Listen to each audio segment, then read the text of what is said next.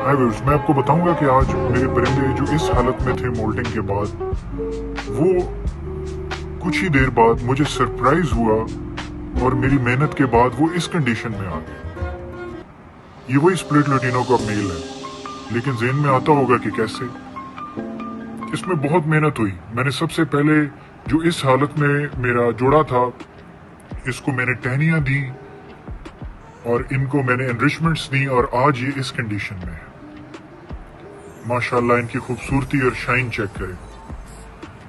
इसमें क्या क्या एक्शंस इन्वॉल्व हुए। सबसे पहले मैंने इनको लार्ज फ्लाइट में डाला। ये 30 फुट की फ्लाइट है। इसके अंदर ये 4 महीने रहे, उड़े। इसके अंदर टहनियां, कभी पॉपुलर, कभी जामन, कभी आम, इसकी टहनियां दी। सारा दिन ये उनको कुतरते रहे, बजाय इसके कि ये अपने आप को कुतरते रहें।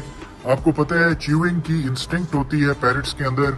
आप इनको अगर कोई चीज न दें और उल्टी सीधी टहनियां दें, उल्टी सीधी टहनियां दें, इसमें इनके पाँव की वर्जिश होगी, इनकी परचेज डिफरेंट होंगी।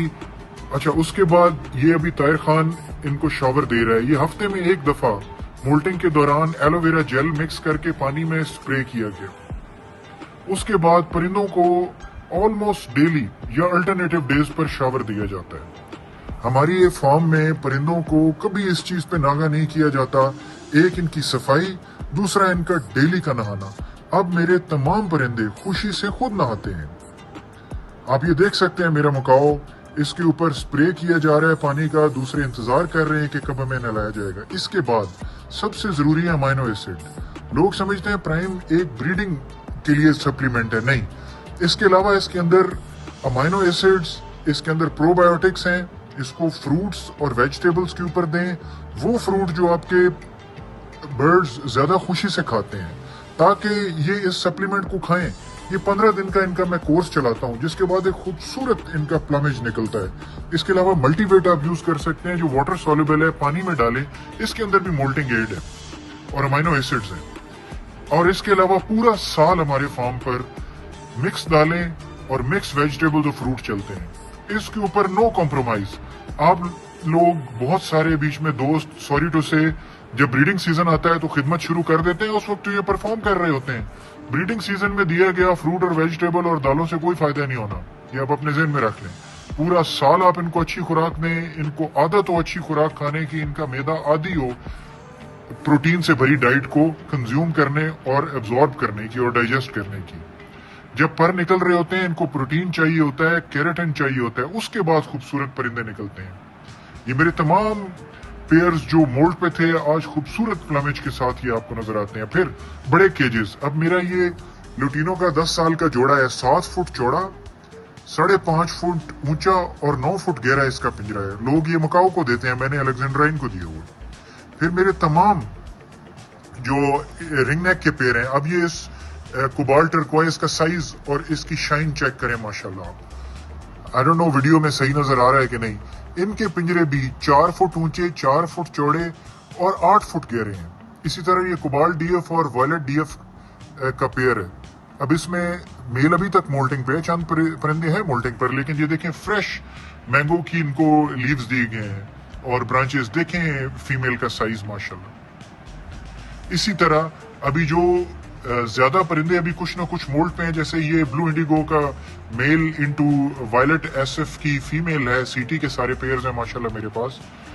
तो इनको ये अभी ये इस ब्लू जोड़े की आप शाइन चेक करें और साइज चेक करें माशाल्लाह। इसी तरह ये तमाम को जो है, मैं सामने कूलर लगे हुए हैं, ठंडी हवा आती है, वेंटिलेशन है, बड़े केजेस हैं, पीछे कंक्रीट है, आगे 2.5 फुट मैश है, टनल जैसा इफेक्ट आता है। परिंदे इसके अंदर सिक्योर फील करते हैं। अब ये मेरा क्रेमिनो का 5 आउट ऑफ 5 का पेयर है। ये राज इतना इसका साइज है माशाल्लाह। तो ये परिंदे कैसे ब्रीड नहीं करेंगे। और ये अभी अगस्त की बात है। ये मेरा एग्लेक्टस का पेयर है। इसका 8 फुट चौड़ा, 4 फुट ऊंचा और 9 फुट गहरा पिंजरा है। ये पूरा साल बजी की तरह जो है वो ब्रीड करता है। देखें, टेढ़ी फेढ़ी उल्टी सीधी परचेज लगी हुई है। इन डंडों के ऊपर ये चलते हैं, इनको वाइल्ड का एहसास होता है, पत्ते खाते हैं, एक्सरसाइज होती है पाँव की। फिर जिस जगह रखें वहां उसको खूबसूरत बनाएं। ये देखें, इधर अब डव वाइल्ड फिर रही हैं। जिस दिन आपके फार्म में वाइल्ड परिंदे आने लग गए, और आपके परिंदों से आके बातचीत करने लग गए, आप समझे उस दिन आपका फार्म कामयाब है।